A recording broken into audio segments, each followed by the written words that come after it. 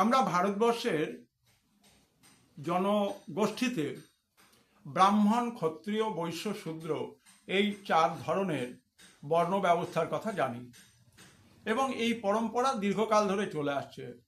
In the light off history, ইতিহাসের আলোয় YouTube চ্যানেলে আজকে আলোচনা করব বাহন জনজাতির সম্পর্কে। এই বাহন শব্দটি কিন্তু আমাদের সংস্কৃত ভাষার ব্রাহ্মণ শব্দ থেকে এসেছে এবং এরা ইন্দো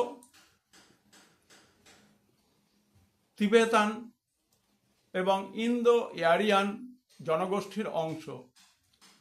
আমি বললাম বাহন এই সম্পর্কে আমাদের চ্যানেলে এর আগে একটি ভিডিও উপস্থাপনা রেখেছিলাম। আজকে সেই বাহনদের নিয়ে বিস্তারিত আলোচনা করব।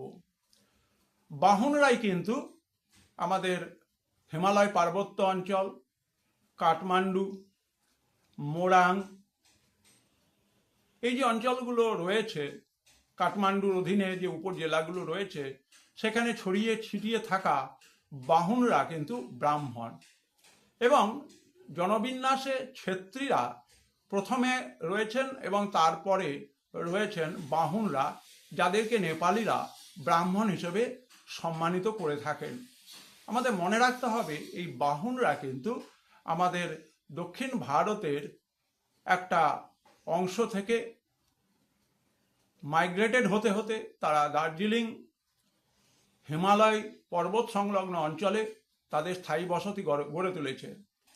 আরেকটি মত অনুযায়ী আমরা দেখতে পাচ্ছি যে কান্যকুব্জের যে ব্রাহ্মণ এবং সাইবেরিয়ান জেনেরিক গ্রুপ এবং বালোচ জনজাতি, তাদের সঙ্গেও কিন্তু এদের একটি যোগসূত্র পাওয়া যায়। ছেত্রীরা যেরকম রয়েছে, বাহনরা ঠিক সেরকমই সামাজিক মর্যাদায়।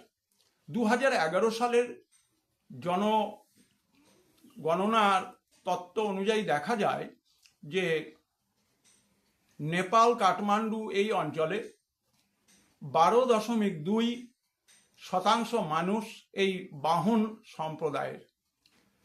মূলত শিক্ষকতা পেশা, মূলত হস্তরেখা বিচার, মূলত প্রশাসনিক কাজ মানে সিভিল সার্ভিস এবং অ্যাডমিনিস্ট্রেশনে এরা যথেষ্ট সংখ্যায় রয়েছে এবং সেটা কিন্তু 39.2%। ভিডিওটি ভালো লাগলে বাহনদের উপরে অবশ্যই চ্যানেলটিকে সাবস্ক্রাইব করো, শেয়ার করো, চ্যানেলের সঙ্গে থেকো। সবাই ভালো থেকো, সুস্থ থেকো।